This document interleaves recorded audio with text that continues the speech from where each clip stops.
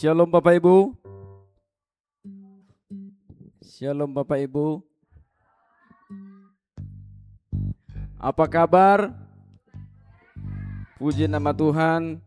Kita patut bersyukur kepada Tuhan, di mana di sepanjang minggu ini Tuhan sudah luar biasa, sudah menjaga dan memberkati apapun yang kita kerjakan lewat aktivitas yang sudah Tuhan percayakan.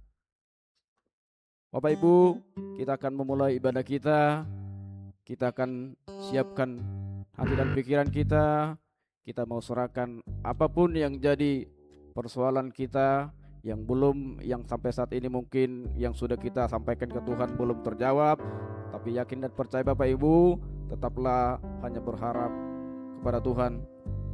Kita mau siapkan hati kita. Kita mau saat teduh Bapak Ibu. Mari Bapak Ibu saya ajak untuk kita mengundang hadirat Tuhan, menyerahkan apapun yang jadi persoalan hidup, bukan apapun masalah yang saat ini mungkin dalam pekerjaan, ekonomi. Mari kita semua serahkan kepada Tuhan. Haleluya Yesus. Terima kasih Bapa, terima kasih. Haleluya. Terima kasih Tuhan untuk kebaikan-Mu. Kau sungguh baik Tuhan dan sangat baik. Terima kasih Yesus untuk penyertaan-Mu Tuhan. Terima kasih Tuhan untuk kekuatan. Haleluya Yesus. Terima kasih Bapa. Haleluya. Oh, terima kasih. Kami mau meninggikan nama-Mu.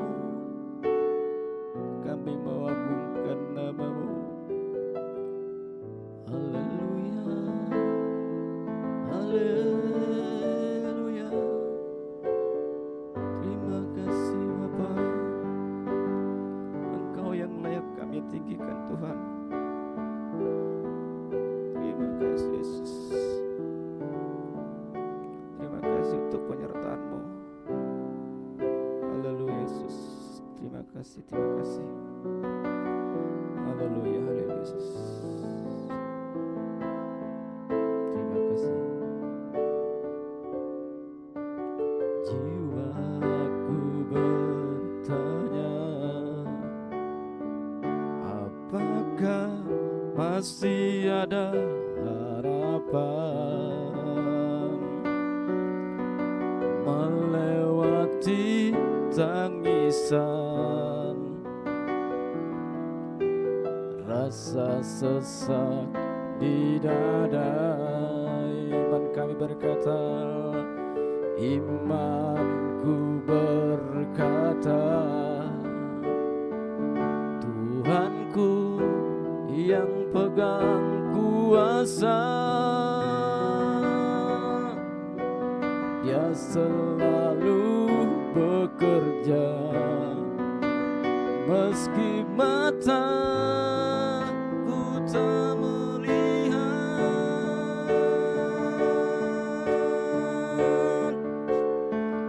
Walaupun gunung itu tak berpindah, tetap percaya rencana-Mu terindah.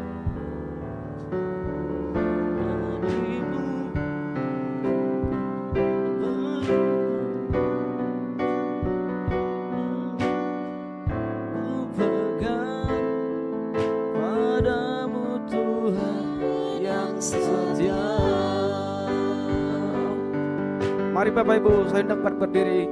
Kita angkat lagu pujian ini dari awal. Berkata, Tuhanku masih ada harapan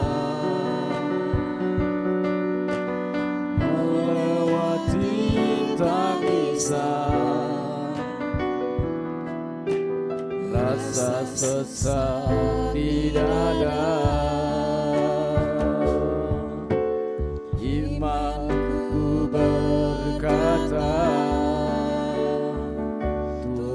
Aku yang pegang kuasa, Dia selalu bekerja meski mataku tak melihat.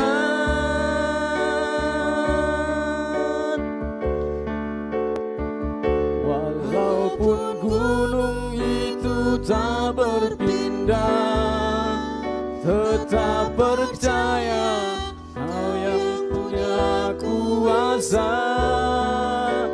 Sekalipun ku dalam lembah kelam, tak mengapa asal Kau di sampingku. Walaupun masalahku masih ada, tetap percaya rencanamu terindah. Pribadimu takkan pernah berubah.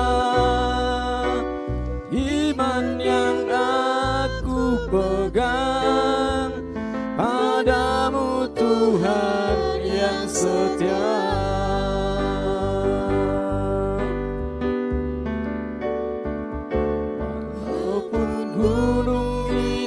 Tak berpindah, tetap percaya Kau punya kuasa.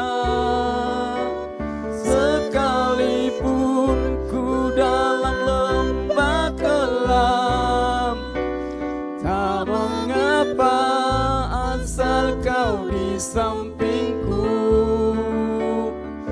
Walaupun masalahku masih ada, tetap percaya rencanamu terindah. Pribadimu takkan pernah berubah. Iman yang aku pegang padamu Tuhan yang setia.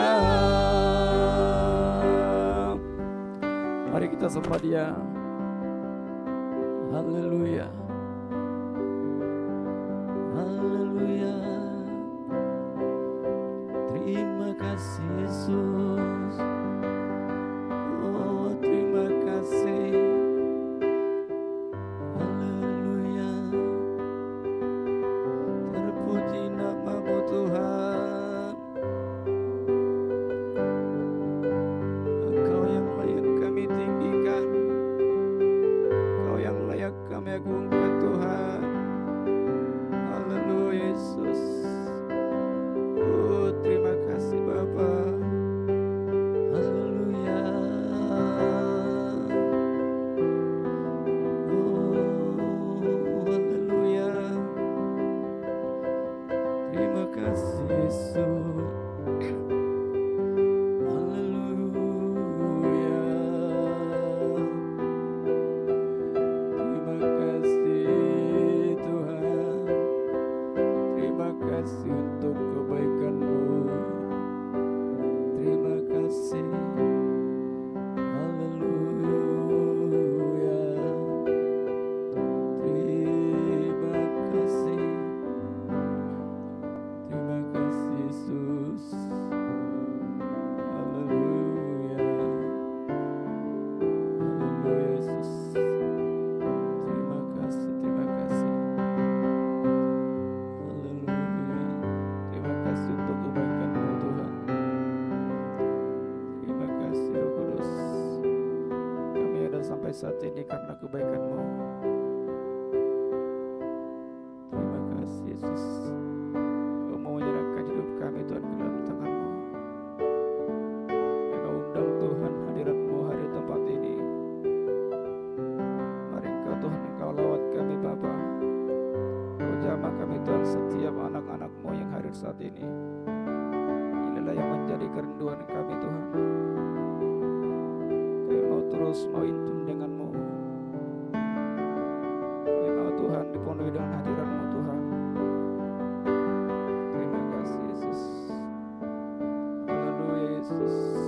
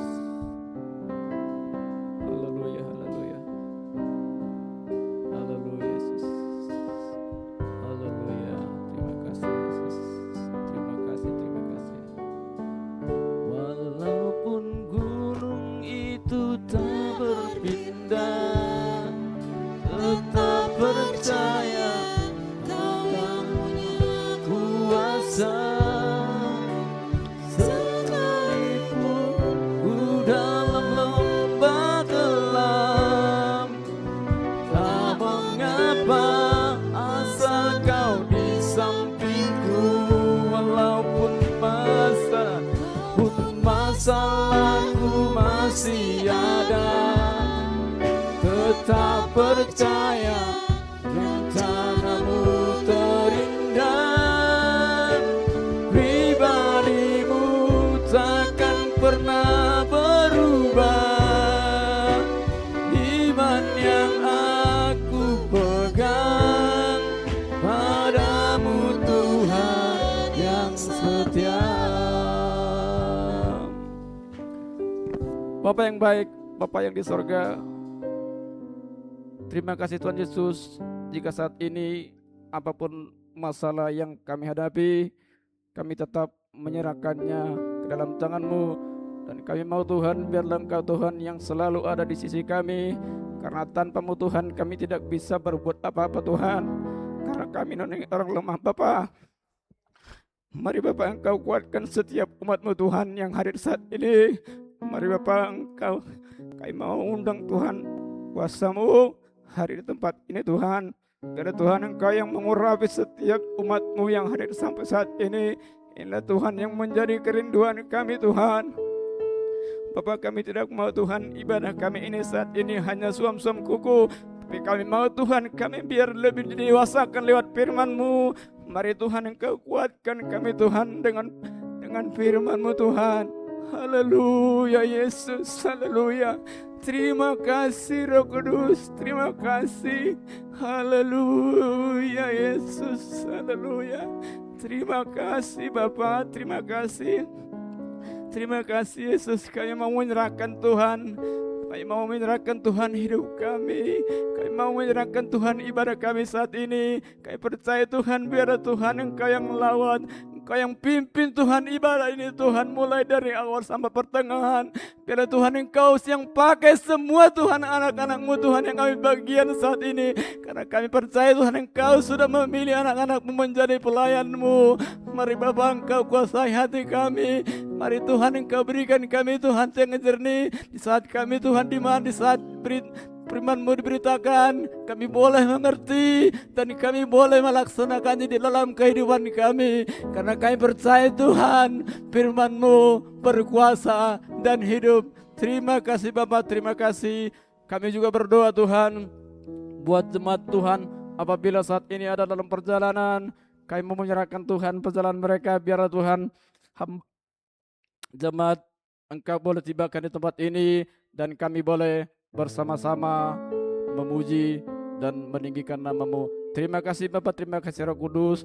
Kami akan mulai ibadah kami ini hanya di dalam nama anak-Mu. Kami sudah berdoa dan mengucap syukur. Haleluya, haleluya, amin. Shalom Bapak Ibu. Masih siap mulai di Tuhan? Amin. Saya rindu Bapak Ibu boleh berjabat tangan sampai kiri kanan.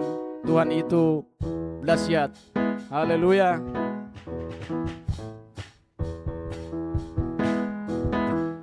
Angkat pujian.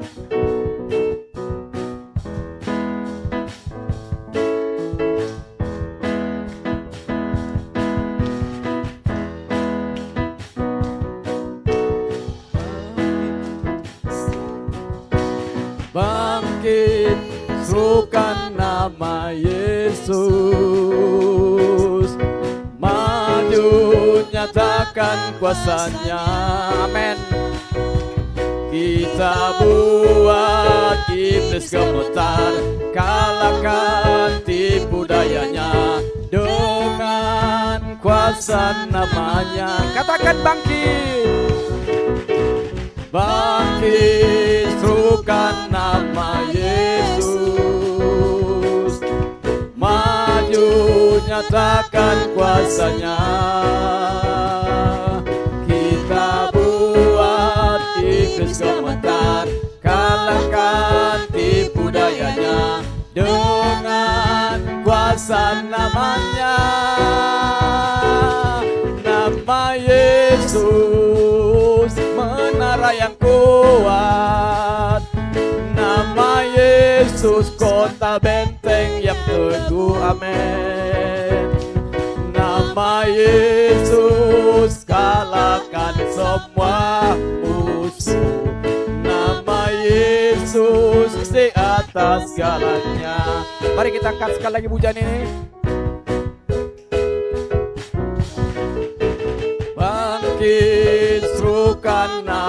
Yesus, maju nyatakan kuasanya. Kita buat iblis gemetar, kalahkan tipu dayanya dengan kuasa namanya. Nama Yesus, menara yang kuat. Nama Yesus, kota benteng yang teguh. Nama Yesus, kalahkan semua musuh. Nama Yesus di atas segalanya. Silakan duduk Bapak Ibu. Kita akan angkat satu pujian lagi.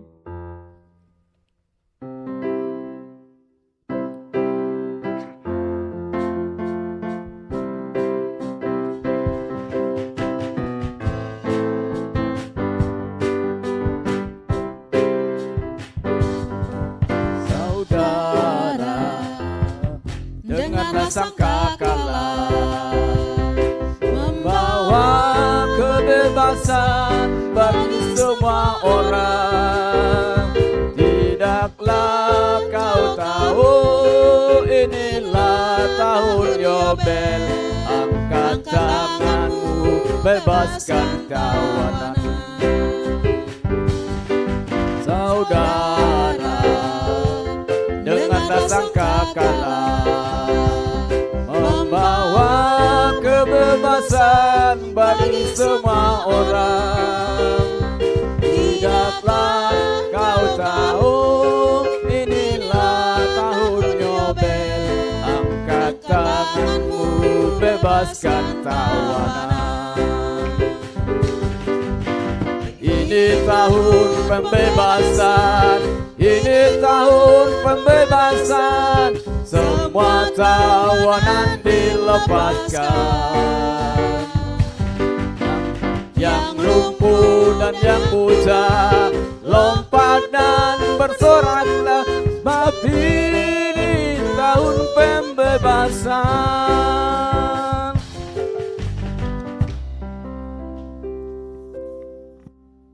Kita akan buka ruang kesaksian buat Bapak Ibu yang mau menyaksikan kasih Tuhan. Kami persilakan. Yang ulang tahun,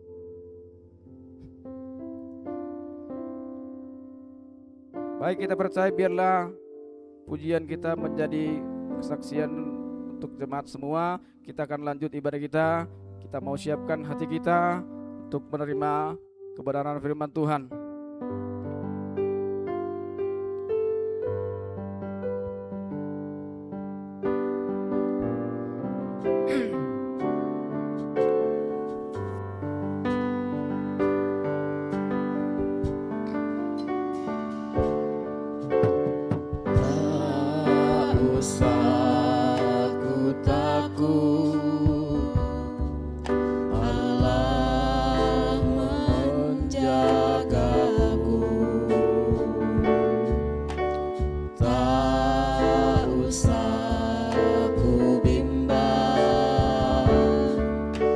Yesus peliharaku,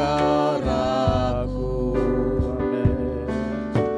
Tak usah ku susah, Roh Kudus hiburku. Terima kasih Bapa. Tak usah ku cemas, Dia memberkatiku. El Shaddai, El Shaddai, El Shaddai, Allah Maha Kuasa. Dia besar, Dia besar.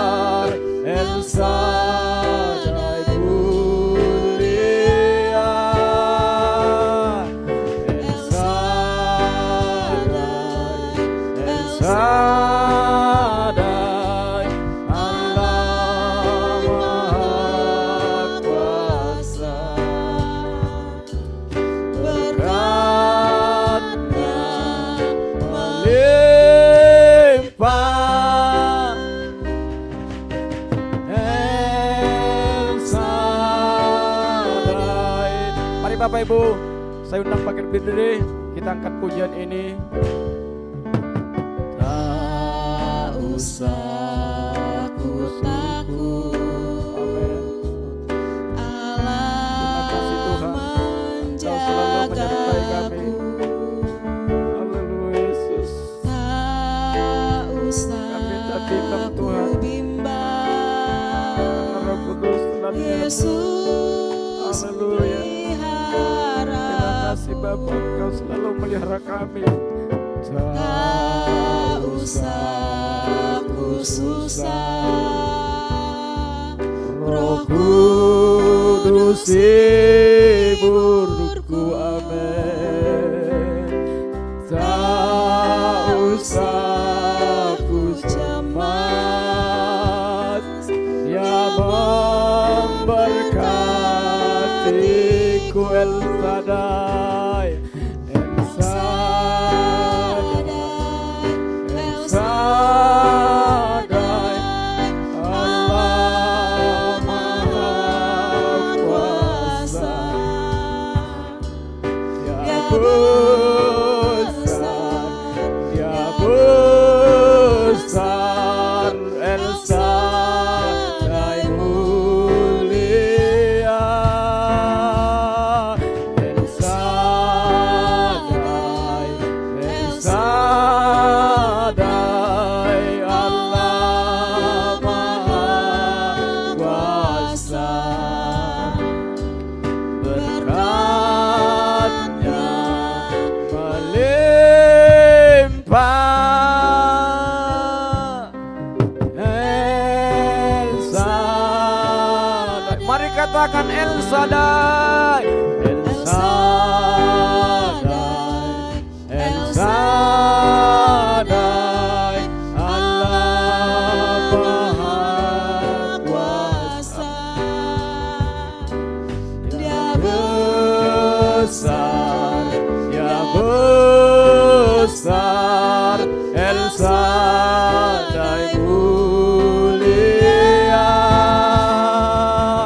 El Shaddai, El Shaddai, Allah Maha Kuasa. Berkatnya melimpah, El Shaddai.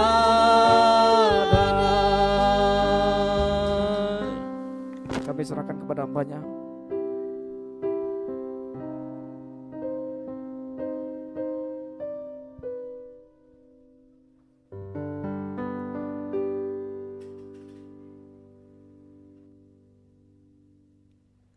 Terima kasih Tuhan, terima kasih. Saat ini kami akan belajar kebenaran firman Tuhan. Kau bukakan mata hati rohani kami Tuhan, supaya kami mengerti kehendak Tuhan dalam kehidupan kami. Urapi hamba-Mu, supaya dapat kata-kata sesuai dengan kehendak-Mu. Ini kami siap belajar. Dalam nama Yesus kami sudah berdoa, haleluya, amin. Silakan duduk.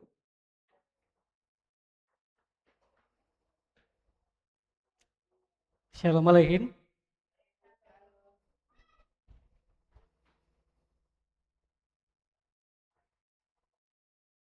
Ya, hari ini saya bicara tentang tetap berdiri teguh di tengah dunia tanpa kebenaran. 1 Timotius 1 ayat 18 sampai 19.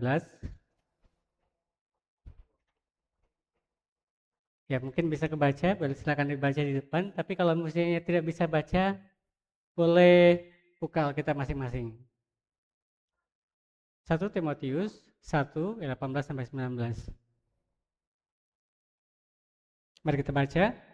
2, 3. Tugas ini kuberikan kepadamu, Timotius anakku, sesuai dengan apa yang telah dinubuatkan tentang dirimu, supaya dikuatkan oleh nubuat itu. Engkau memperjuangkan perjuangan yang baik dengan iman dan hati nurani yang murni. Beberapa orang telah menolak hati nurani yang murni itu, dan karena itu kandaslah iman mereka.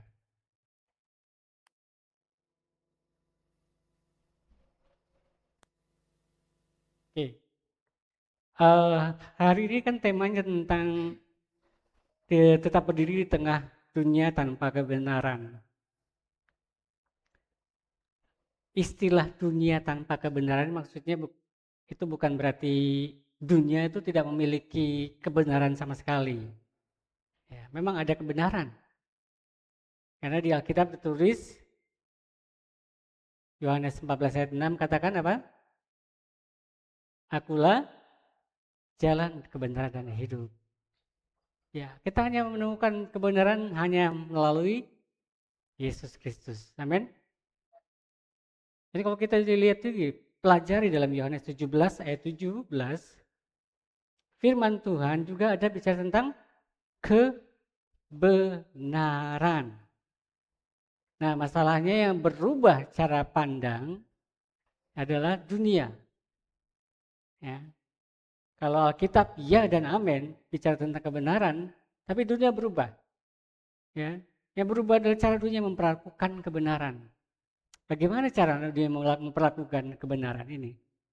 Kalau ketika dunia bertemu yang dengan namanya kebenaran, biasanya mereka apa? Yang pertama itu menolak. Ya.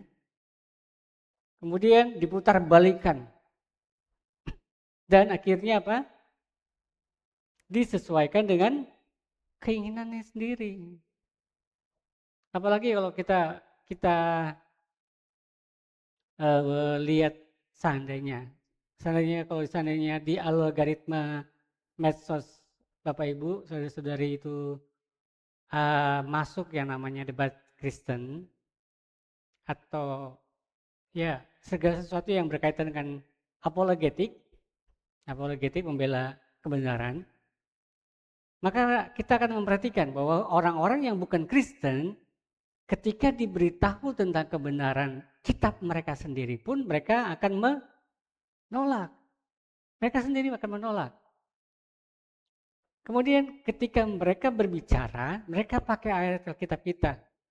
Yang dikatakan malah diputarbalikan. Diputarbalikan tanpa memandang konteks, diputarbalikan. Kenapa? Karena kebenaran bagi mereka itu disesuaikan dengan keinginan atau pikiran sendiri. Nah, itulah cara dunia memandang kebenaran. Nah, kita sekarang ini hidup di zaman yang namanya disebut dengan post-truth. Post-truth, bukan post artinya sesudah. Ya. Contoh post-truth atau post-truth itu adalah fakta tidak lagi menjadi dasar utama. Jadi sudah dikasih fakta, kebenaran, dan mereka tidak pakai lagi itu fakta. Kenapa mereka tidak memakai fakta? Karena mereka lebih percaya perasaan dibanding fakta yang sebenarnya. Ya, perasaan itu tidak begini, perasaan tidak begitu. Dan banyak orang yang seperti itu, apalagi yang merasa pintar gitu. Karena mereka bicara sok-sok pintar. Dan mereka pun mendahulukan atau menomorsatukan perasaan dibanding kebenaran. Itu yang namanya post-truth. Kenapa mereka lakukan itu? Karena mereka pikir mereka benar. Jadi mereka punya opini pribadi.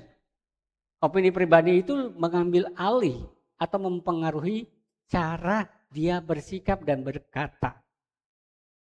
Jadi dia punya sesuatu pola pandang sendiri, dia tidak mau tahu kebenaran dan tidak melakukan sesuatu atau menolak kebenaran. Karena apa? Dia punya pikiran sendiri, punya opini sendiri. Dan opini itu yang menjadikan kayak patokan dalam kehidupannya dia. Sehingga apa? Dia membangun sebuah narasi, dan narasinya itu lebih penting daripada kebenaran. Dia akan memakai narasi-narasinya sendiri, kemudian menutupi yang namanya kebenaran. Itu yang namanya narasi lebih penting daripada kebenaran. Ini yang terjadi di zaman sekarang ini. Jadi kalau kita perhatikan ya, sebenarnya yang terjadi hari ini, seorang itu bisa dapat buat berita palsu hanya dalam beberapa menit. Ketika aja buat cerita palsu. kemudian disebar. Semakin banyak tersebar, semakin banyak orang percaya. Ya, ribuan orang bisa percaya kalau ada sebuah berita palsu yang heboh. Kenapa? Karena banyak, ya, udah banyak yang menerima. Dan kebanyakan orang-orang Indonesia itu miskin literasi. Kemudian dia menyebarkannya. Ya. Jadi miskin literasi itu, ya contohnya berikan ada bantuan dari Presiden Prabowo terakhir tanggal 30 Juni dia kumpul. Tapi kalau benar-benar baca baik-baik, literasi dengan baik-baik, pengirimnya itu sebenarnya memberikan sebuah lelucon.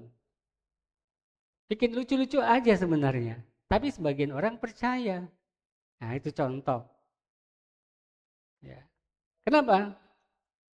Langsung dibagi ke semua orang. Kenapa? Wah ada bantuan itu. Contoh itu ya. Bahkan kita hoax sekalipun ketika disebar kemana-mana banyak orang yang percaya. Sedihnya orang percaya tanpa memeriksanya. Tanpa memeriksa sumbernya. Dari mana sih ini? Jadi kita harus hati-hati kalau kita terima satu berita, cari tahu benarkah ini, benarkah atau tidak. Ya, kalau tanya bahkan tanya ke robot sekalipun, ya, masih ingat ya di Pelita sudah saya kasih batasan robotnya supaya bicara kebenaran kan? Kalau belum pasang, dipasang sekarang. Kalau lupa promptnya tanya sama saya, ya setelah ibadah. Di setel supaya robotnya itu robot AI-nya nggak bakal bicara dusta, tiada dusta di antara kita, ya gitu. Harus dipasang itu. Kalau enggak dia akan bicara bohong juga. Namanya robot kan. Mereka nggak punya perasaan. Nah, periksa apakah sumbernya itu benar asli atau palsu. Menjadikan lagi banyak orang yang percaya. Tetap percaya walaupun sudah dikasih bukti-bukti. Ini loh, ini palsu. Banyak. Tapi masih banyak juga orang yang percaya. Nah itu luar ya. Terjadi di luar. Bagaimana dengan kita, kalangan orang Kristen? Fenomena ini tuh sebenarnya masuk juga di kalangan orang percaya atau di gereja. Contohnya, ketika ada ajaran yang menarik, ketika ketemu dengan ajaran yang sangat menarik, heboh, langsung cepat diterima. Contohnya, yang paling menarik itu teologi kemakmuran. Ya. Narasinya itu Tuhan menghendaki semua orang yang percaya hidup kaya raya, hidup sukses, tidak pernah sakit. Nah ya, saya sudah pernah memberikan contoh video-video orang-orang yang punya pengajaran teologi kemakmuran. Fokus yang paling utama mereka bukan Tuhan Yesus yang utama, tetapi kekayaan. Pengen cepat kaya gitu ya, dengan cara bagaimanapun juga. Minta Tuhan supaya dia jadi kaya. Itu yang nomor satu, uang jadi nomor satu. Nomor dua, Tuhan. Dibungkus dengan ayat-ayat Alkitab. Itu namanya teologi kemakmuran.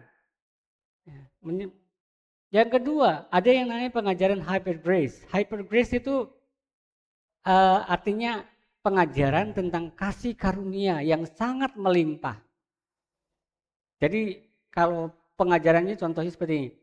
Karena Yesus sudah mati menebus dosa kita, maka semua dosamu di masa lalu, sekarang, dan masa depan sudah otomatis diampuni.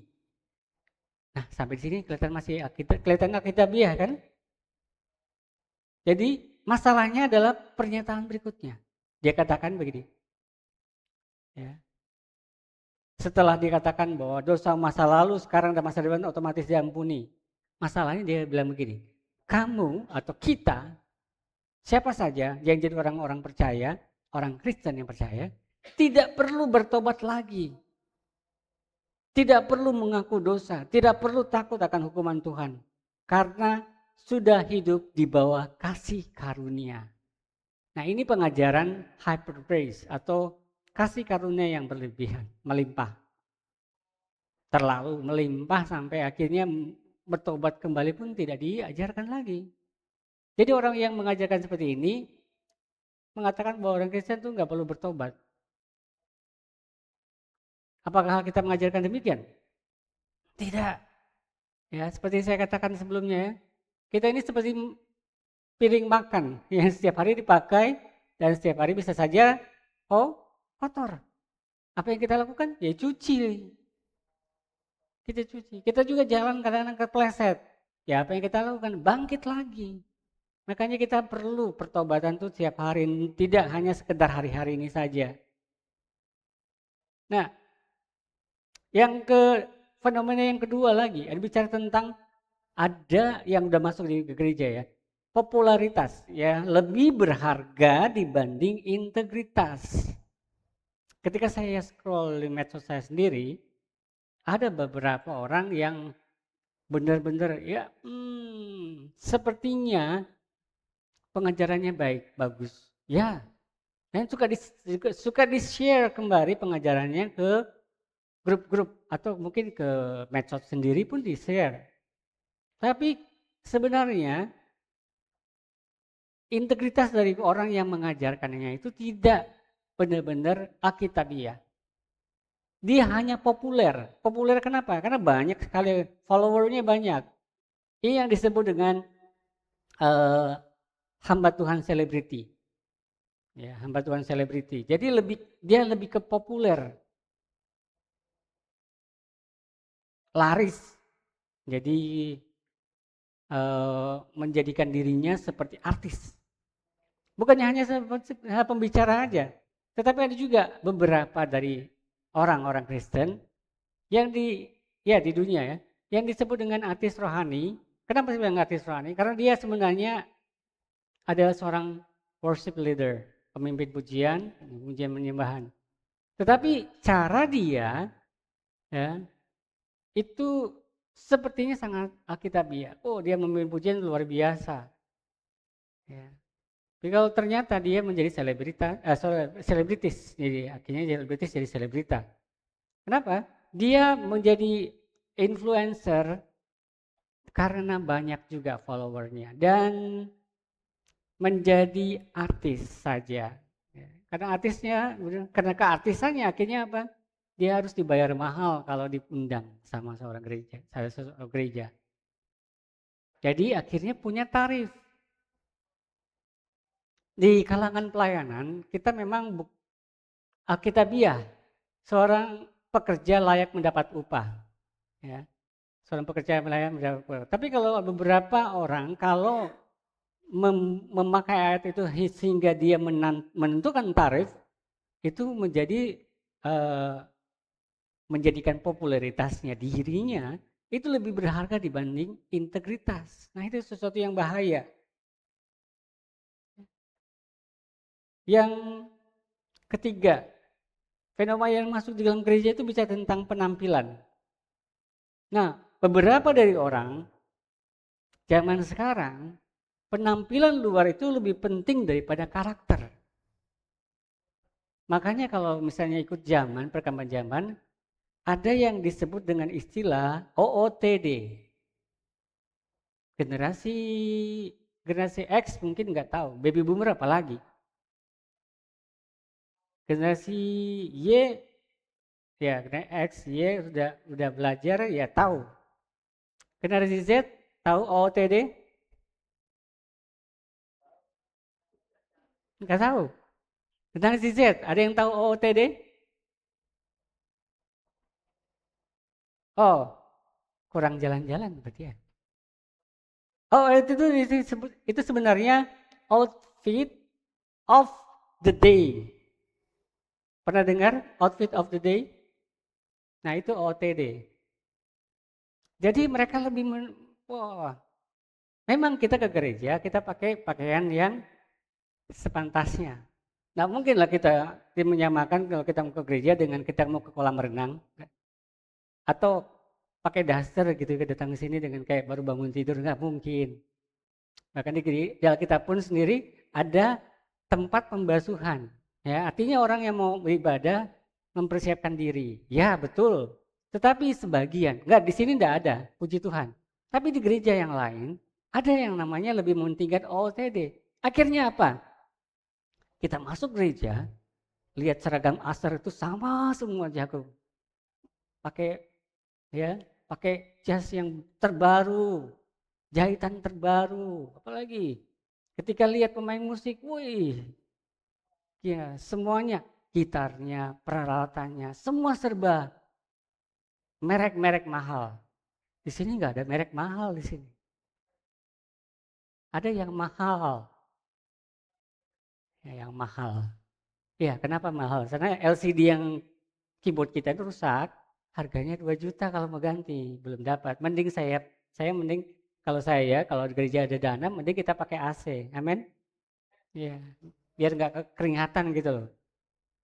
Ya. Nah, tempat yang lain semuanya serba mewah. Jadi bukan hanya OOTD saja, outfit OOTD, tapi segala sesuatu di tampak luar itu sangat tertata rapi gitu ya. Jadi estetikanya lebih diutamakan dibanding karakter. Nah, ini yang disebut dengan kebenaran-kebenaran yang makin lama terkikis. Ya. Post-truth. Bagaimana dengan Paulus? Oh, kita kan baca dengan kitab Timotius. Nah, Paulus menulis surat ini kepada siapa? Apakah ke jemaat atau gembala? Gembala. Ada gembala muda yang bernama Timotius. Timotius ini anak rohaninya Paulus. Nah, dia tulis surat pada Timotius, ya, sampai diingatkan, jangan rendah diri karena kamu muda, gitu ya.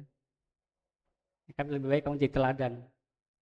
Nah, Timotius sebagai gembala muda, dia menghadapi di gerejanya ada guru-guru palsu, ya, gereja orang Kristen, tetapi pengajarannya mulai melenceng. Nah, karena dia muda, dia juga mengalami namanya tekanan pelayanan. Kalau bahasa Indonesia kan emang siapa Dem? Baru anak kemarin sore gitu ya. Indonesia kan biasanya begitu. Ketemu dengan orang yang lebih tua, bilang, siapa kamu? Mau ngomong begitu, kamu baru tahu, ini baru lahir saya sudah jalan-jalan lari. Waduh, nah itu yang ditemukan sama Timotius. Akhirnya karena situasi itu beberapa orang menyimpang dari imannya. Kalau dibaca ayat ke-20, ya, itu ketemu siapa-siapa saja. 1 Timotius pasal 1. Kalau ketemu ada 2 orang disebut? Ada. Nah, itu contoh orang yang sudah akhirnya menyimpang dari kebenaran. Nah, oleh sebab itu kita setiap orang percaya perlu tetap berdiri teguh di tengah dunia yang memutarbalikkan keadaan. Amin. Kita perlu tetap berdiri teguh. Pertanyaannya, bagaimana kita dapat berdiri teguh ketika dunia semakin menjauh dari kebenaran firman Tuhan? Yang pertama, ya, kita mulai surat Paulus kepada Timotius, kita menemukan ada 3 prinsip. Prinsip penting untuk tetap berdiri teguh di tengah dunia yang kehilangan arah. Oke, yang pertama itu bicara tentang hidupilah panggilan Allah dengan setia. Kalau kita perhatikan di ayat 18 katakan, tugas ini ku berikan kepadamu Timotius anakku. Jadi benar-benar ada delegasi. Paulus tidak mungkin hanya berdiam satu tempat saja. Karena dia adalah seorang rasul. Dia tidak bisa diam di tempat dan menjadi gembala sampai sidang satu tempat. Enggak. Makanya dia berkata kepada Timotius ketika dia delegasikan pelayanan, ya, dan dia berikan kepada Timotius. Makanya dikatakan tugas ini kuberikan kepadamu, Timotius anakku. Nah, kalau bicara pelayanan itu dimulai itu dari panggilan Allah. Tuhan memberikan panggilan melalui orang-orang yang dipercayakan untuk melayani. Dan mereka tidak sendirian. Ada kita yang sama-sama bekerja sama. Amin. Amin. Makanya seperti saya katakan, Bapak Gembala tidak bisa sendirian pelayanan. Apalagi dengan kondisi sekarang ini.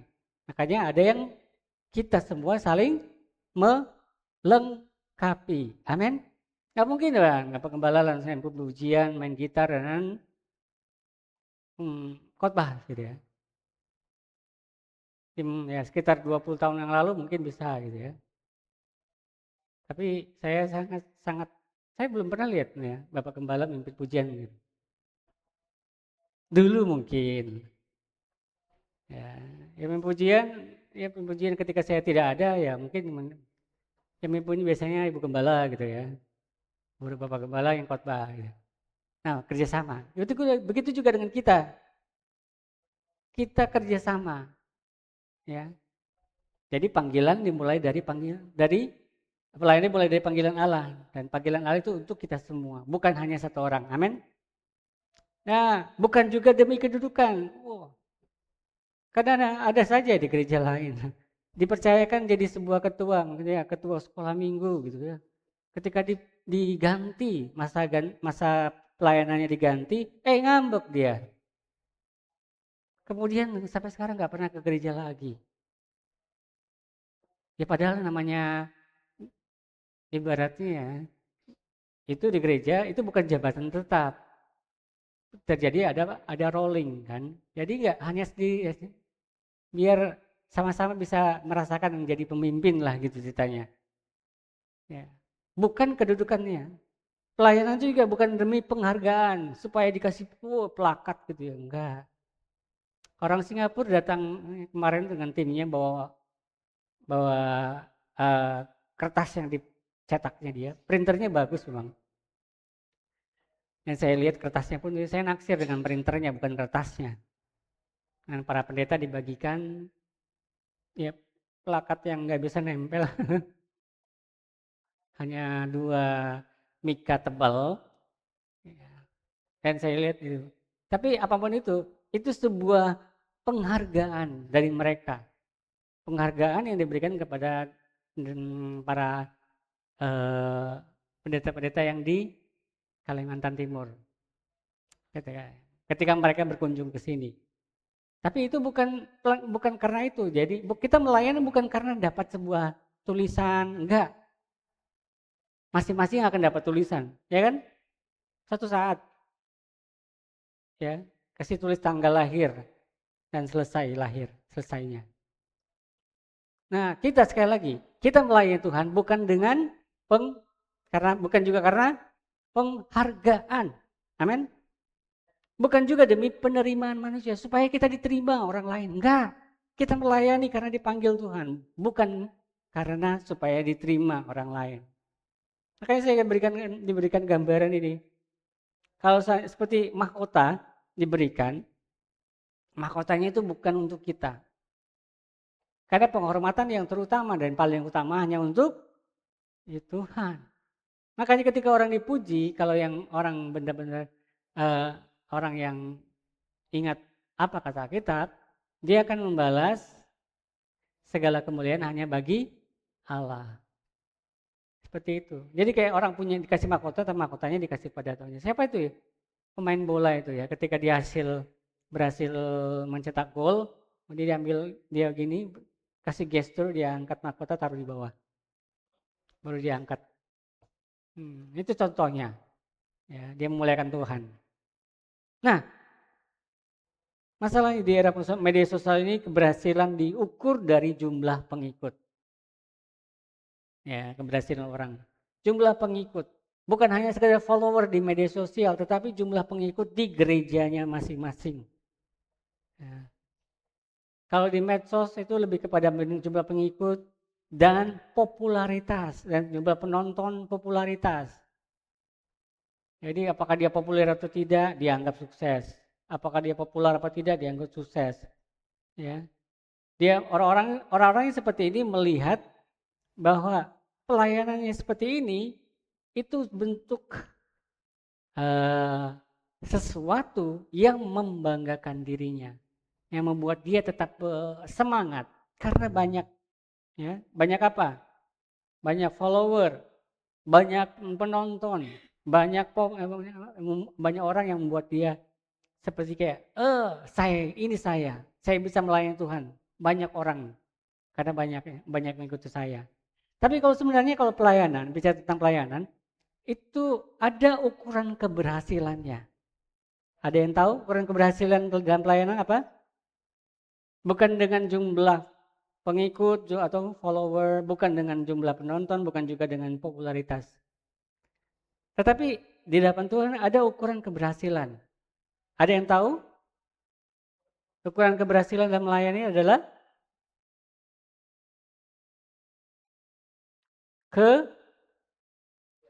kesetiaan. Amin.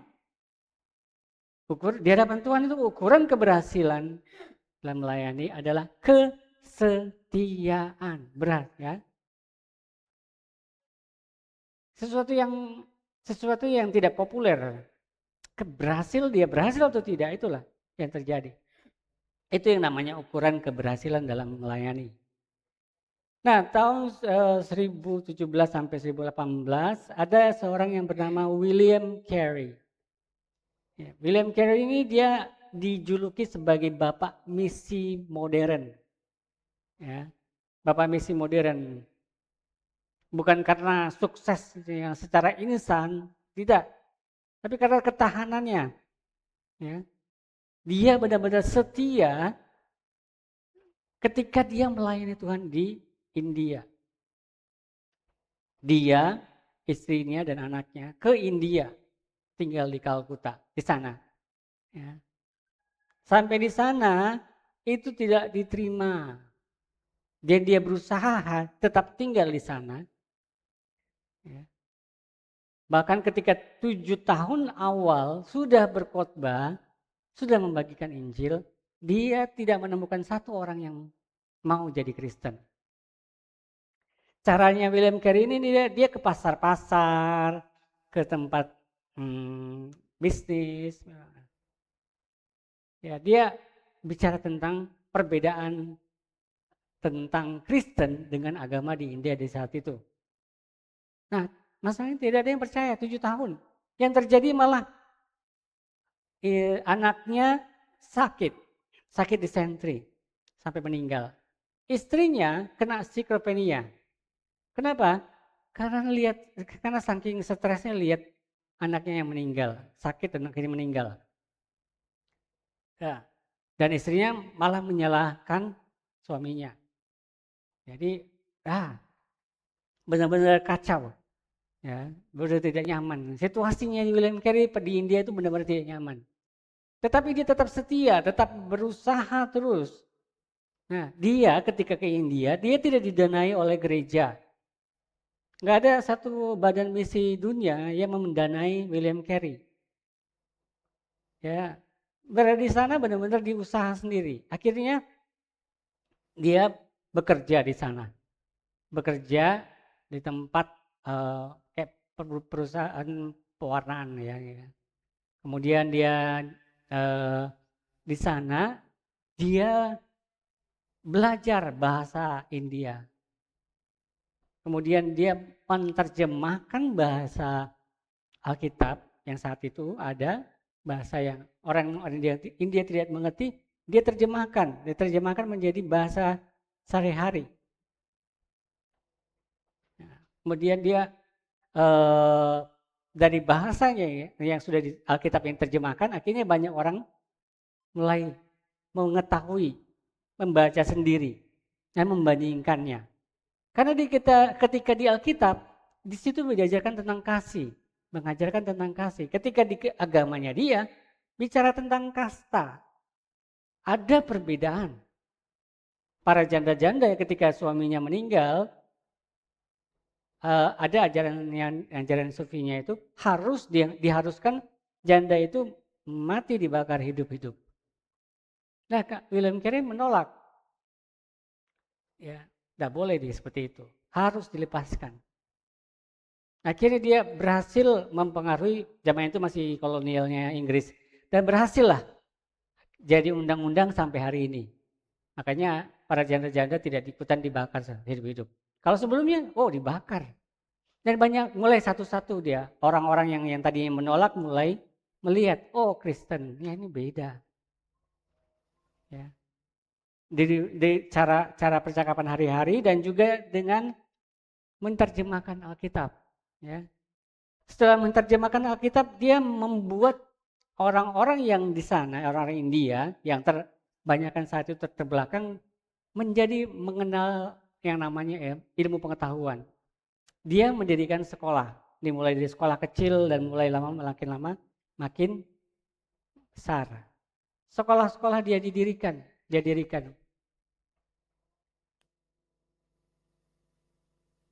Ya. Dan sampai hari ini sekolahnya itu berdiri menjadi sebuah universitas di India yang masih berdiri sampai saat ini. Ya. Luar biasa di sana. Itu sebuah pelayanan yang dihasilkan oleh William Carey ketika dia benar-benar setia. Dan dia juga membuka lapangan kerja di sana. Dia bikin yang namanya percetakan. Selain mencetak Alkitab bahasa India, dan juga dia membuat beberapa orang India yang tadinya keras kepala, yang kayak ketua geng gitu ya, percaya dengan Tuhan Yesus, akhirnya mereka jadi orang-orang yang di garis depan. Itulah sebabnya sebagian dari orang India hari ini juga banyak yang percaya atau menjadi orang Kristen. Saya bilang sebagian, memang sebagian. Tapi itulah salah satu hasil buah dari pelayanan dari William Carey. Karena dia setia. Jadi kesetiaannya itu menghasilkan buah yang melampaui masa hidupnya. Sampai dia akhirnya sudah tidak ada lagi di dunia ini, tetapi hasil pelayanannya itu masih dirasakan orang-orang sana sampai hari ini. Apa yang terjadi kalau seandainya dia tidak setia? Tidak. Maka tidak ada yang namanya universitas besar di sana. Tidak ada sekolah-sekolah terbuka, tidak ada bahasa Alkitab bahasa India. Tetapi karena kesetiaannya,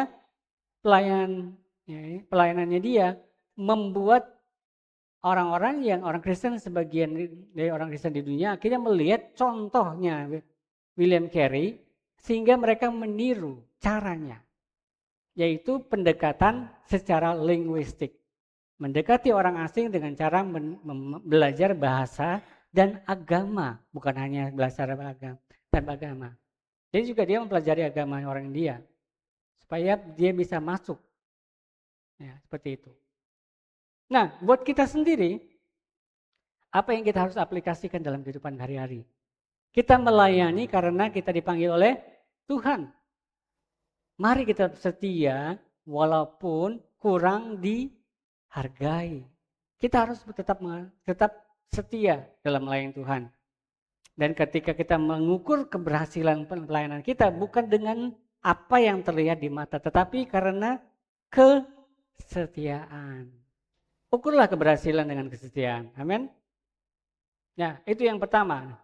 Karena kita perhatikan prinsip kedua, supaya tetap berdiri teguh di tengah dunia yang kehilangan arah.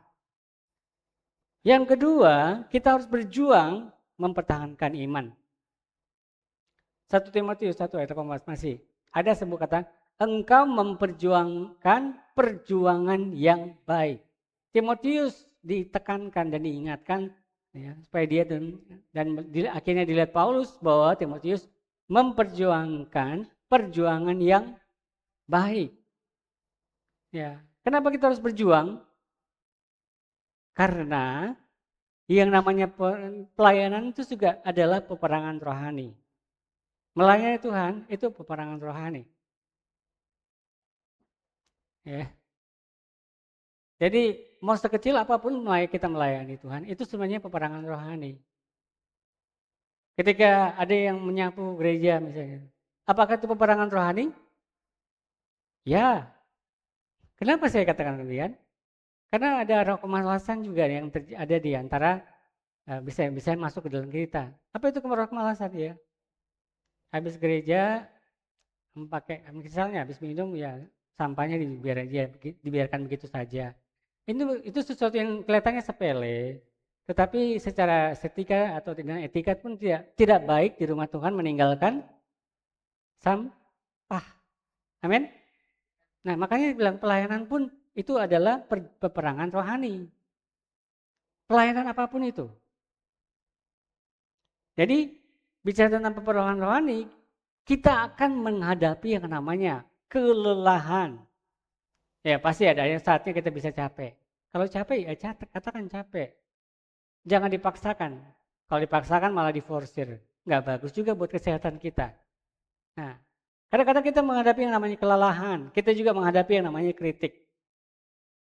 Ada orang yang open atau terbuka dengan kritik. Dia dikasih masukan dia akan menerima. Tetapi kita juga akan menemukan ada juga orang yang anti kritik. Ketika ketemu dengan orang anti kritik, kita mau ngomong sebaik-baik apapun, tetap aja akan ditolak. Kita gak usah jauh-jauh ya, kita pernah ngalami di gereja kita sendiri, amin. Nah, itu orang yang anti kritik. Oleh sebab itu, jadi kita akan menghadapi yang namanya pencobaan. Ya, pencobaan dari iblis. Dan ketika kita melangkah keluar dari gereja, kita akan menuju peperangan rohani lagi. Bukan hanya ketika selesai ke gereja, melayani gereja, enggak. Ketika kita keluar gereja pun akan mengalami yang namanya peperangan rohani. Misalnya apa? Ada ya lagi ajaran sesat bisa. Ajaran sesat bahkan seolah-olah diambil dari kitab.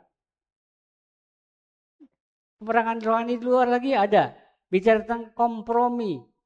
Jadi kompromi itu jadi kayak ya gak apa-apa lah gitu kan. Bohong-bohong dikit gak apa-apa. Nah itu contoh. Itu bisa tentang peperangan rohani. Orang-orang seperti itu berarti kalau dia menang artinya bisa memperjuangkan atau mempertahankan iman dengan baik. Kalau tidak berarti dia tidak memperjuangkan perjuangan yang baik. Bicara tentang perjuangan tentang iman. Ada seorang yang terkenal tahun 1500-an yang bernama Martin Luther. Gara-gara dia gereja Protestan ada. Ya kan? Protestan itu bukan protes. Saya ketemu dengan beberapa teman saya yang katolik, dasar protes. Kristen protes sih. Kamu sukanya protes. Ya, ini memang hanya lelucon. Tetapi yang sebenarnya protes itu adalah protestamen. Artinya kembali ke Alkitab. Protestamen itu kembali ke arti kitab. Makanya protestamen akhirnya jadi protestan. Itu bahasanya. Nah, ketika ke Katolik Roma yang berkuasa saat itu, yang sudah masukkan kecampur juga dengan politik, maka yang namanya Martin Luther dia protes. Protestan. Protesnya apa? Dia memakukan 95 dalil. Ya. Dia memberikan sebuah tesis, ya, tesis pernyataan bahwa ini salah, harusnya begini, harus begini. Kembali ke Alkitab. Jadi dia menolak otoritas Paus pada saat itu. Karena pada saat itu sudah otoritasnya Paus itu seolah lebih tinggi, bahkan lebih tinggi daripada Kaisar. Ya, seperti itu. Jadi lebih berkuasa gitu ya. Nah, akhirnya karena hasil dari 95 tesis yang ditaruh di pintu gerbang gereja, dia diadili. Ya, diadili. Ketika diadili, ya banyak orang yang tidak mau dia pergi ke pengadilan. Tetapi dia aku tetap harus maju. Walaupun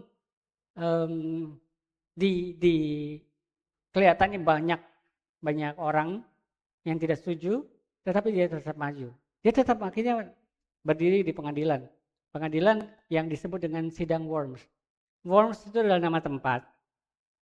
Dan karena tempatnya itu di Worms, makanya disebut dengan sidang Worms. Ya. Biasanya orang-orang ketika menjadi seorang reformator seperti Martin Luther, itu langsung dibakar hidup-hidup tanpa pengadilan. Biasanya. Ya. Jadi ketika Paus berkuasa, Katolik nomor 1, dan ada yang pengajaran yang tidak sama dengan Katolik, itu langsung dibunuh saat itu juga, dibakar hidup-hidup. Nah, si Martin Luther dia tetap mempertahankan iman. Ya. Bahkan dia katakan bahwa kalau ada setan worms di sebanyak genteng atap rumah, tetap dia pergi. Maka dia tetap jalan. Sampai di tempatnya, di tempat sidang dikasih 2 pertanyaan. Ada depannya ada banyak buku-buku.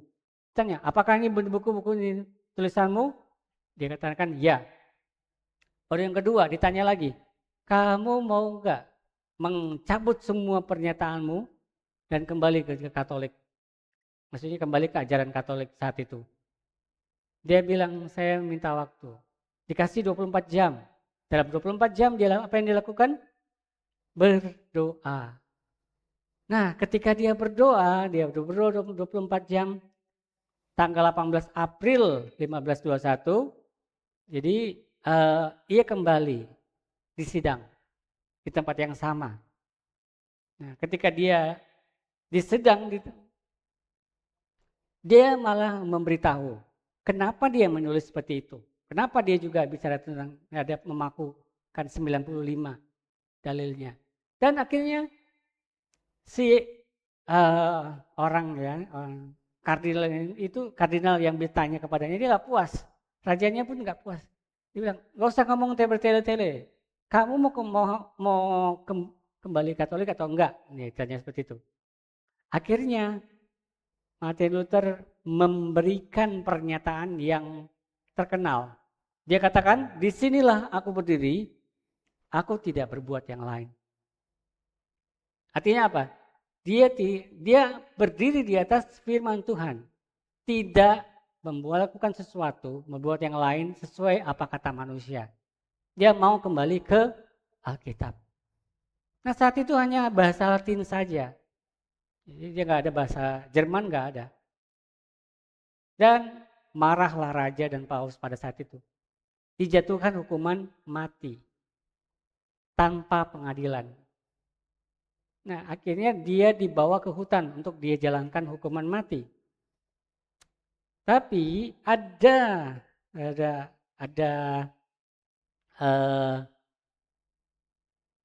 orang yang salah satu pangeran ya, namanya Pangeran Frederick. Dia culik ya, melakukan penculikan. Dia culik si Martin Luther ini, kemudian dibawalah ke tempat yang berbeda. Ya, dibawa ke kastil, disembunyikan di situ. Selama disembunyikan di kastil itu, akhirnya Martin Luther menerjemahkan Alkitab bahasa Latin menjadi bahasa Jerman pada saat itu. Dan Alkitab itu disebar luaskan. Sehingga orang-orang akhirnya banyak mengerti. Oh, ternyata pengajaran Paus pada saat itu tuh salah. Dan mereka kembali ke. Kenapa salah? Dikatakan salah. Karena apa? Alkitab tidak pernah mengatakan bahwa keselamatan itu bisa terjadi karena memberikan uang ke gereja. Itu salah satu yang paling terkenal saat itu. Jadi keselamatan hanya melalui Kristus. Dan kebenaran itu bukan dari apa kata Paulus, tetapi apa kata Alkitab, sola scriptura. Ya. Keselamatan hanya boleh diperoleh karena anugerah, sola gratia. Oke. Jadi benar-benar kembali ke Alkitab. Ya. Dan dia terjemahkan. Ya. Banyak akhirnya orang-orang yang ikut ajarannya Martin Luther. Sehingga Martin Luther memang tidak meninggal karena dihukum mati. Tapi gerakannya itu menghasilkan orang-orang yang Protestan. Jadi gereja Protestan. Nah, kalau seandainya dia tidak berani, kalau dia nggak berani, nggak mungkin jadi seperti itu. Dia tidak mempertahankan imannya, atau dia langsung ciut pada saat itu, ya nggak ada yang namanya reformasi gereja. Nggak ada reformasi gereja. Gereja begitu-begitu saja. Nggak ada yang namanya perubahan terjadi. Puji Tuhan, dia mempertahankan iman. Ya, itu contoh. Jadi bagaimana untuk kita? Dari ayat 18 dan kisah Martin Luther ini kita bisa menerapkannya dalam kehidupan sehari-hari. Yang pertama, kita tetap berpegang pada firman Tuhan. Yang kedua, kita memelihara kehidupan doa. Ya. Yang ketiga, kita bertahan ketika menghadapi tekanan. Ya. Jadi tetap punya iman, mempertahankan iman. Pegang teguh pada firman Tuhan, memelihara kehidupan doa, bertahan ketika menghadapi tekanan. Nah, itu prinsip kedua. Yang kita pelajari sekarang prinsip ketiga. Apa yang prinsip ketiga katakan? Peliharalah iman dan hati nurani yang murni. Ayat 19 ada satu kalimat.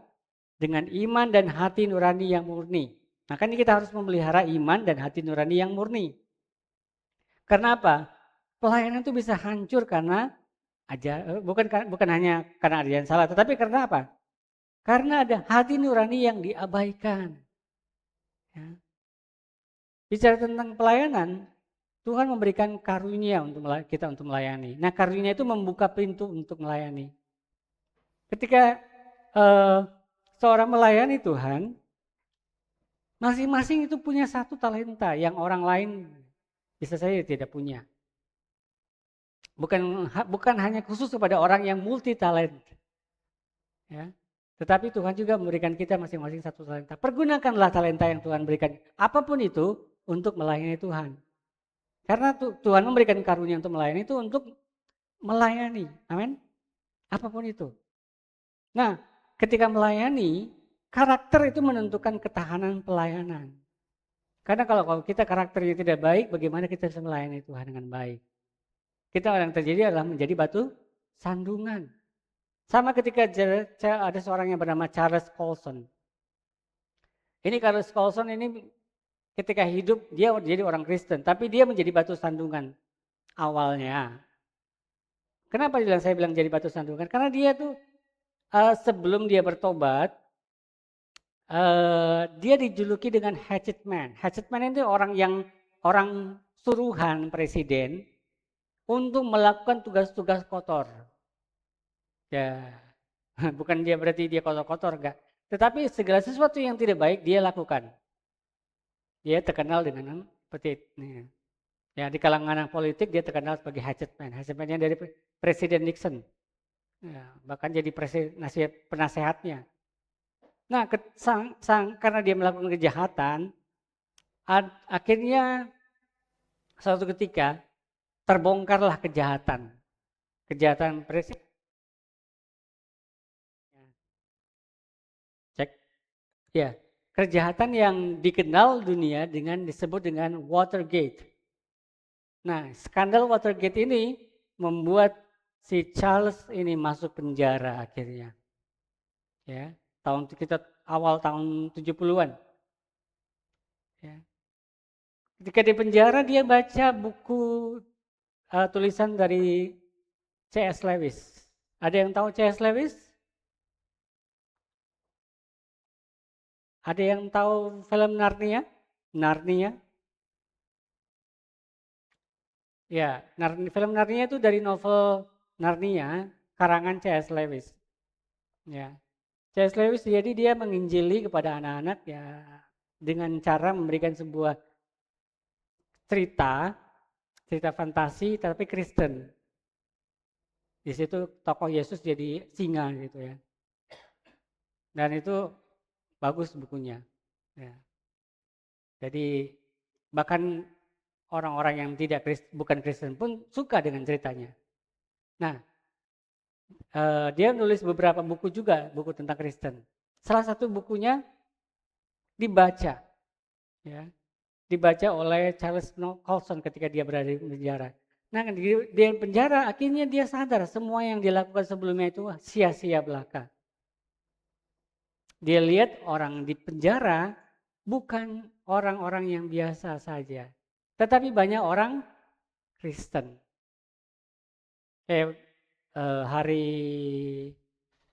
Ketika hari Senin kemarin kami dengan tim ke penjara, pelayanan di penjara. Dan dari 800 orang yang di penjara di sana, di Samarinda, ada 51 orang Kristen. 51 orang Kristen. Rata-rata mereka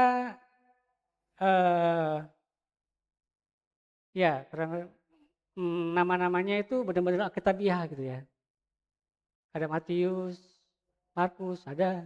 Lukas juga ada, Yohanes, Paulus, Alkitabiah semua.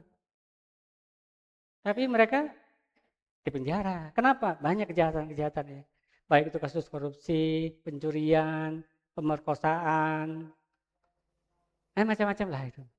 Apapun itu yang mereka lakukan sehingga mereka di penjara akhirnya. Seperti itu. Nah, zaman dulu tidak ada yang namanya pelayanan penjara. Nggak ada orang-orang yang masuk ke penjara melakukan ibadah. Jadi yang namanya penjara, ya udah penjara gitu aja buat hukum orang. Nah, si Charles Colson ini ketika masuk ke penjara, dia melihat setelah pertobatan dia melihat orang-orang ini ternyata perlu dijangkau juga. Bukan hanya orang yang di luar gereja, tetapi orang yang masuk penjara. Walaupun yang masuk penjara itu seorang pendeta, tetap harus dijangkau juga ternyata. Makanya dia setelah keluar dari penjara, dia mendirikan yang namanya yayasan yang dikenal dengan sebutan Prison Fellowship. Prison Fellowship itu adalah sebuah yayasan yang pelayanan penjara Kristen non-denominasi, jadi semua denominasi. Dan ini fokusnya untuk pemulihan secara spiritual, ya, dan keadilan bagi narapidana serta keluarga mereka. Jadi dia melakukan penjangkauan juga di penjara. Kalau di dekat-dekat tempat kita, ya kurang lebih kayak Bang Charles gitu ya, Bang Tobing. Dia melakukan pelayanan yang sama dengan Prison Fellowship. Melakukan juga karena dia juga mungkin bisa jadi berafiliasi dengan Prison Fellowship karena dia melakukan pelayanan di penjara. Nah, makanya di tempatnya dia banyak orang-orang keluar dari penjara. Ada yang benar-benar bertobat, ada yang belum bertobat, ada yang setengah bertobat. Ya, makanya bisa saja tempatnya dia ada kehilangan motor lah, kehilangan laptop lah, ya gitulah manusia ya. Kadang-kadang dia masih lupa diri kalau dia harusnya ingat Tuhan, tapi malah ingat yang lain. Nah, sekali lagi. Jadi Charles ini dia menjaga imannya tetap murni. Ya. Hati nuraninya juga tetap murni. Kenapa? Dia tidak mau kekotoran masa lalu itu mempengaruhi masa depannya dia. Akhirnya dia bertobat. Nah, keperbedaannya dia itu terjadi dalam kehidupannya. Jadi si Charles ini tidak membiarkan masa lalu itu mengubur masa depannya. Dengan iman dan hati nurani yang murni, ia kembali kepada firman Tuhan. Nah, bagaimana dengan kita semua sebagai orang percaya? Mari kita aplikasikan dalam kehidupan kita sehari-hari. Kita jaga kejujuran. Sekecil apapun kita jaga dah. Kejujuran. Enggak bote-bote gitu ya. Jaga juga kekudusan digital kita. Karena siapa yang tahu apa yang kita buka ya? Ketika kita sendirian. Mari kita hidup selaras dengan apa kata firman Tuhan. Nah, kalau melenceng bagaimana? Peka tetap teguran Roh Kudus. Amin. Kita harus peka. Kalau ada yang mengingatkan kita harus ingat, tunduk apa kata Roh Kudus. Jadi kesimpulan hari ini, pelajaran hari ini kita sudah dapatkan adalah kita hidup di zaman ketika kebenaran sering dipertukarkan dengan popularitas. Ya tampang luar saja. Tetapi firman Tuhan itu tidak pernah berubah. Amin. Firman Tuhan itu tidak pernah berubah. Dan Paulus itu mengajak Timotius, kita menjadi anak-anaknya Paulus juga bisa jadi. Untuk apa? Yang pertama, tetap setia kepada panggilan surgawi. Yang kedua, kita tetap terus memperjuangkan iman kita. Yang ketiga, kita pelihara hati nurani kita yang murni. Ya, sebuah kutipan dari seorang gembala dan penulis buku Kristen yang terkenal, A.W. Tozer katakan, jangan pernah menurunkan standar kebenaran agar sesuai dengan keadaan. Sekali lagi, jangan pernah menurunkan standar kebenaran agar sesuai dengan keadaan. Tapi naikkan hidup kita agar sesuai dengan kebenaran. Amin. Mari kita naikkan hidup kita sesuai dengan kebenaran. Mari kita berdoa. Terima kasih Tuhan, hari ini Engkau mengingatkan kami kembali Tuhan untuk tetap setia kepada panggilan surgawi. Kami akan tetap terus memperjuangkan iman kami. Apapun yang terjadi di sekeliling kami tidak mau menjadi sama seperti dunia. Kami mau memelihara hati kami dan nurani kami tetap murni di hadapan-Mu Tuhan, supaya kami bisa tampil menjadi seorang yang menjadi pemenang. Kami tidak mau kalah dengan dunia ini. Kami akan menaikkan standar hidup kami sesuai dengan kebenaran dan tidak pernah menurunkan standar kebenaran supaya sesuai dengan keadaan. Artinya kami tidak mau mengikuti dunia, kami mengikuti firman Tuhan. Ini pengajian, tetaplah bersama kami, pegang tangan kami setiap hari, dan kami mau tetap terus ikut apa kata Roh Kudus. Ini pengucapan syukur dan doa kami Tuhan, dalam nama Yesus kami sudah berdoa. Haleluya, amin.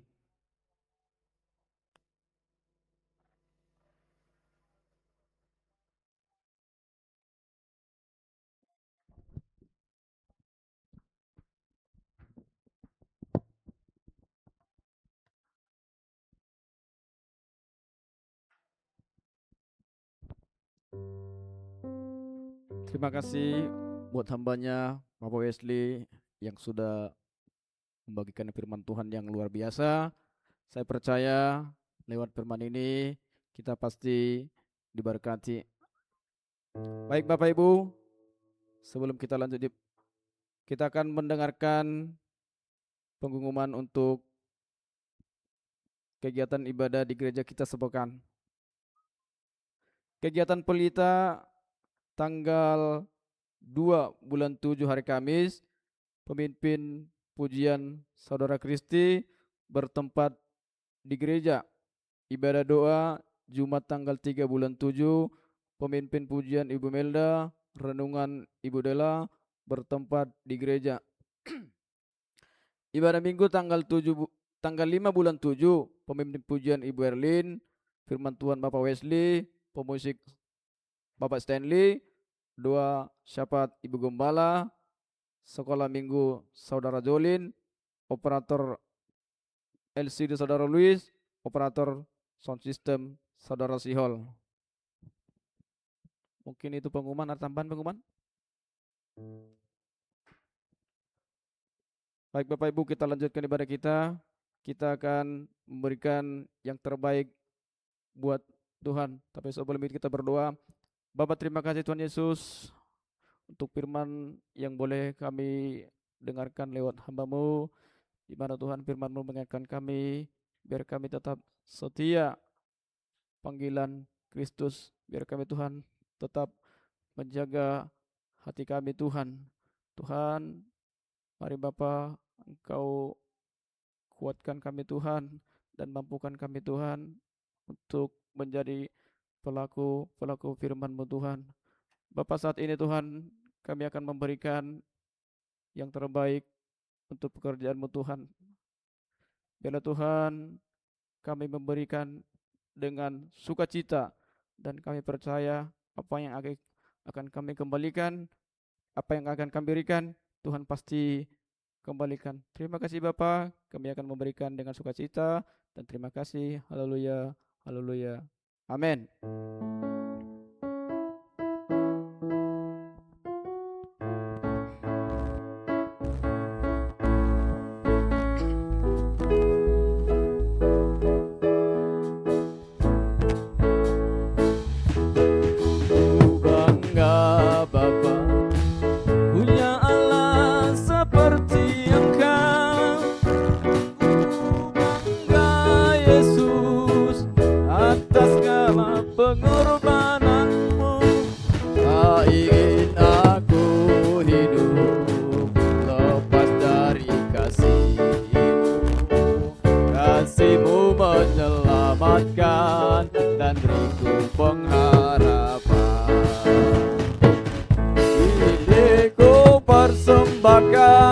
Apa yang aku miliki memang tiada berat dibilang dibanding dengan kasih-Mu. Namun ku ingin memberi dengan sukacita di hati, karena ku tahu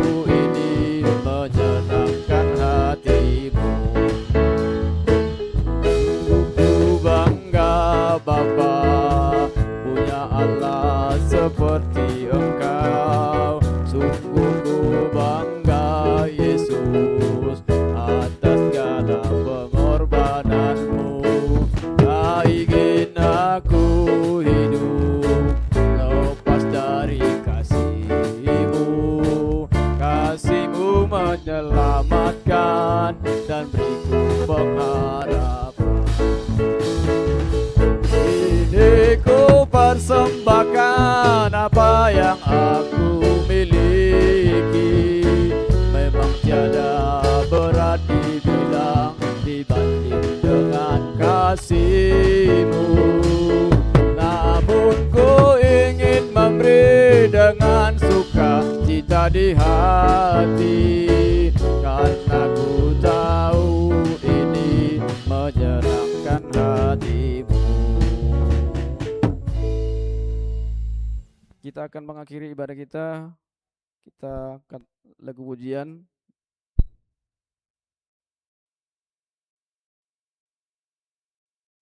Besar anugerah-Mu.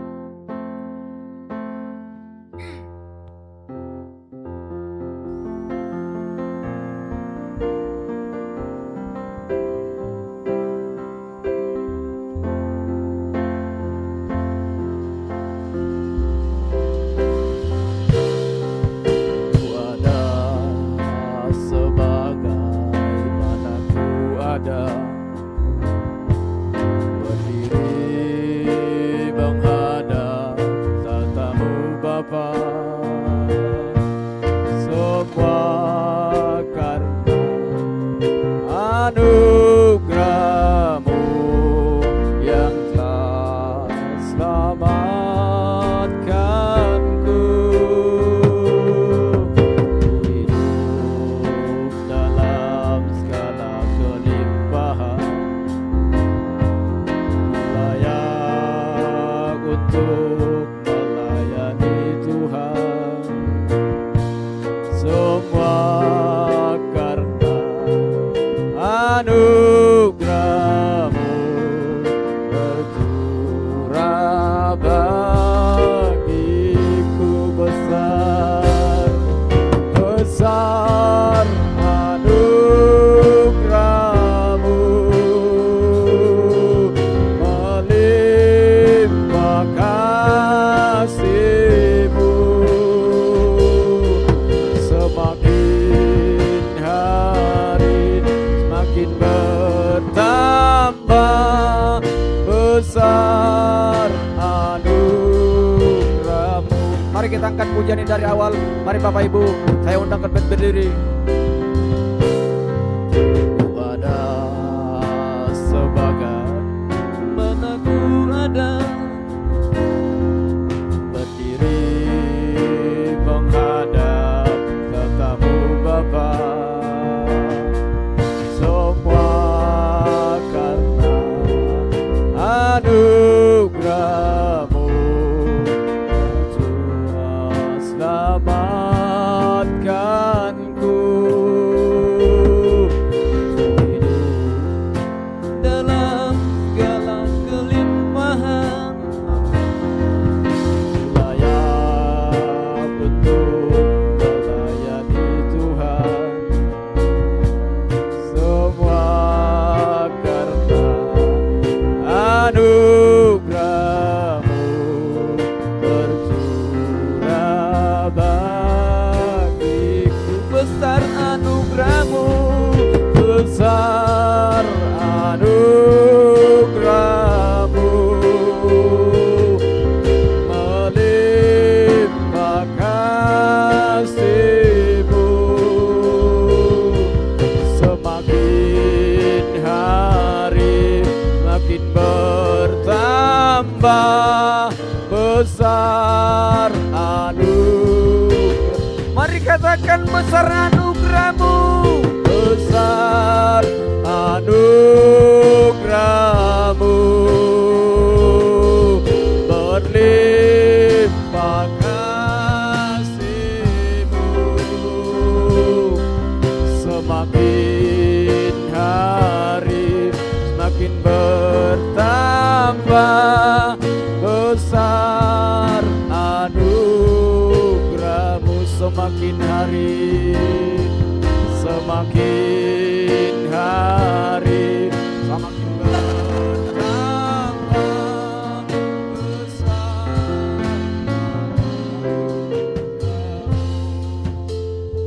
dengan kasih Kristus untuk doa syafaat Ibu Ria.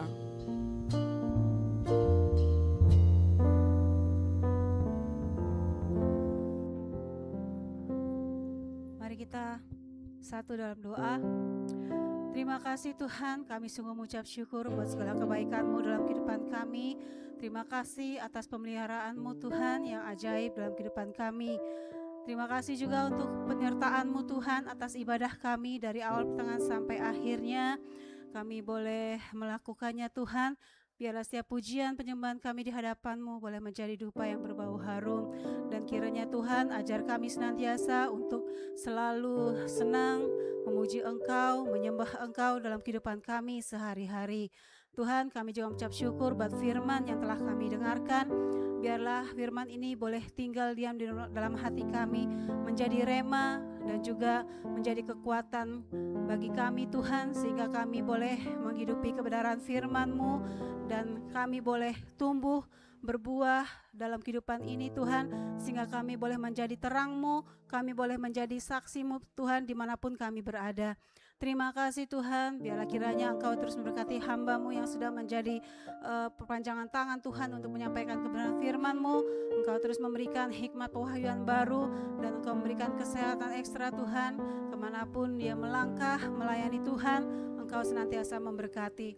Terima kasih Tuhan Yesus, kami juga bersyukur pada saat ini Tuhan, kami menyerahkan setiap kehidupan umat-Mu Tuhan, jemaat Gereja Batu Ampar ke dalam tangan Tuhan.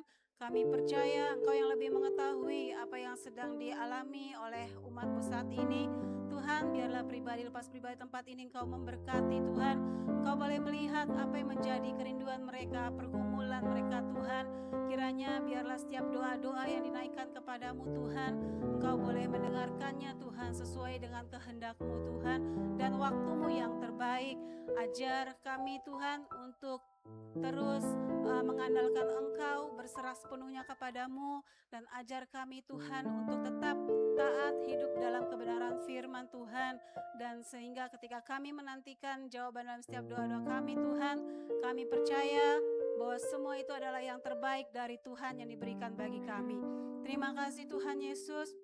Apapun yang saat ini umat-Mu Tuhan sedang alami, baik itu pergumulan dalam kesehatan, kami percaya Engkau berikan kesembuhan bagi setiap kami Tuhan. Bilur-Mu yang menyembuhkan di dalam nama Tuhan Yesus.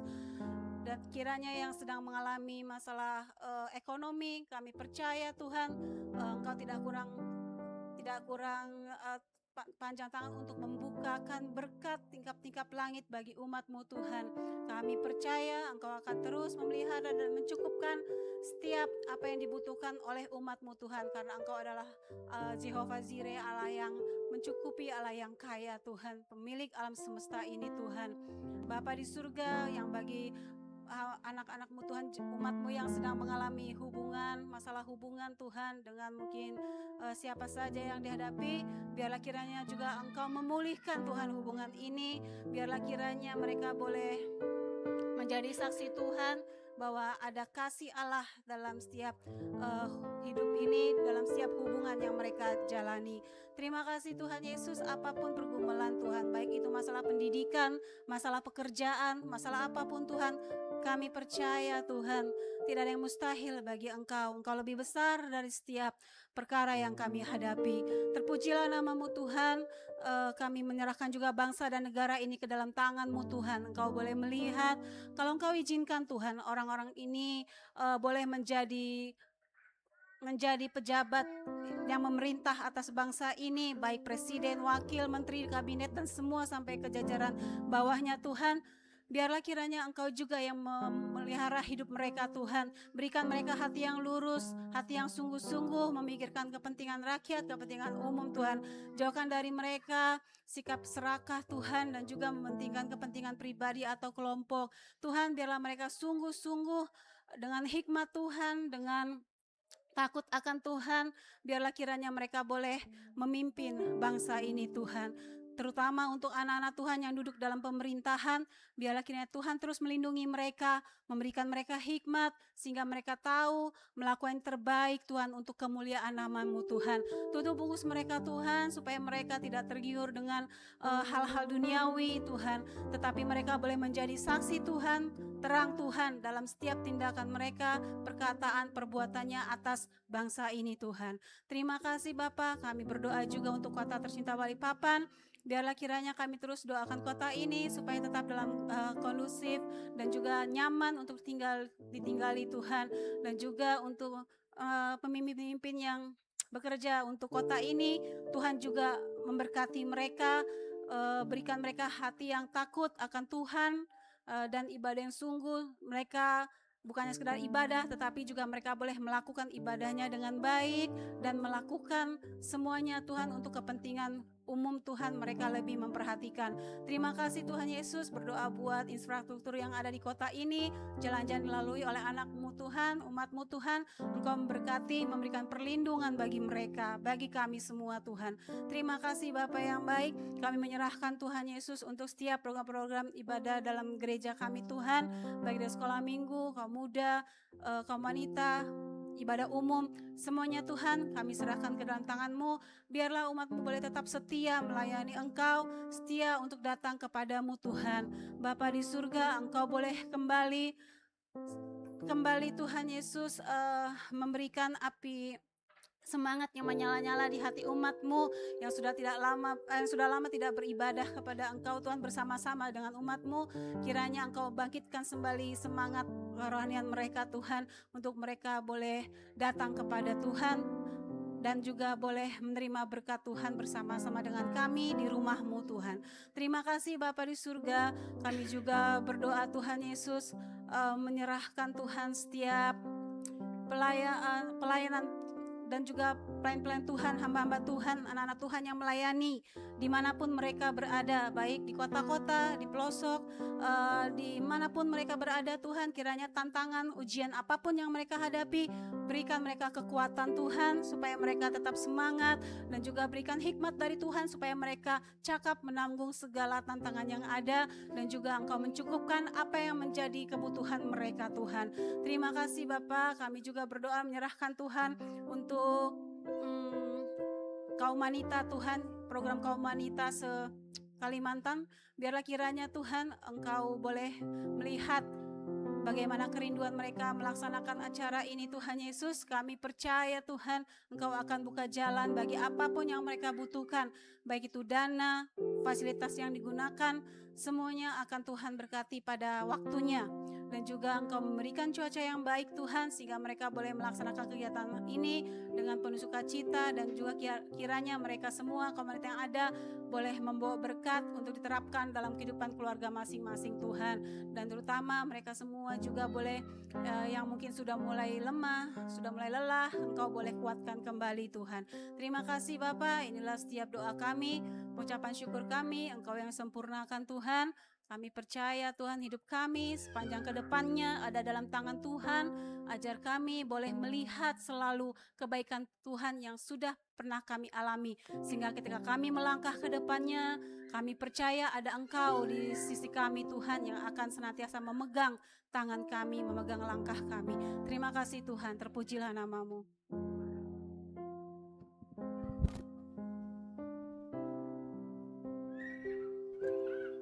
Terima kasih Tuhan, kami siap syukur untuk semuanya. Sekarang umat Tuhan yang diberkati, yang angkat tanganmu dan terimalah berkat Tuhan. Damai sejahtera dari Allah Bapa, kasih karunia Tuhan Yesus Kristus, dan persekutuan Roh Kudus menyertai kita semua, mulai hari ini sampai Maranatha, Tuhan Yesus datang kedua kalinya. Yang sama-sama yang percaya katakan, amin. Tuhan berkati, selamat hari Minggu.